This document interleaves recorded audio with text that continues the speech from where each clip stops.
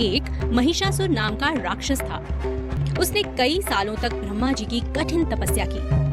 एक दिन ब्रह्मा जी प्रसन्न हुए। मैं तुम्हारी तपस्या से अति प्रसन्न हूँ। मांगो जो वरदान मांगना है।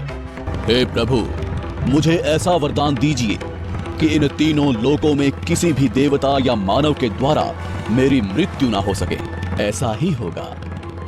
महिषासुर बहुत घमंडी और अत्याचारी था। उसने देवताओं पर आक्रमण किया। उन्हें युद्ध में हराकर उसने उनके क्षेत्र पर कब्जा कर लिया। सभी देवता महिषासुर के उत्पात से बहुत परेशान हो गए।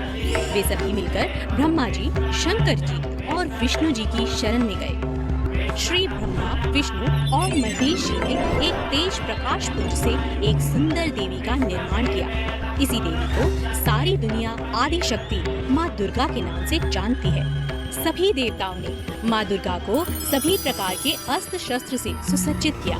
शंख चक्र, गदा, त्रिशूल, धनुष बाण इत्यादि अस्त्रों को धारण कर वे महिषासुर की नगरी की ओर चल पड़े। महिषासुर ने देवी के सामने विवाह का प्रस्ताव रखा।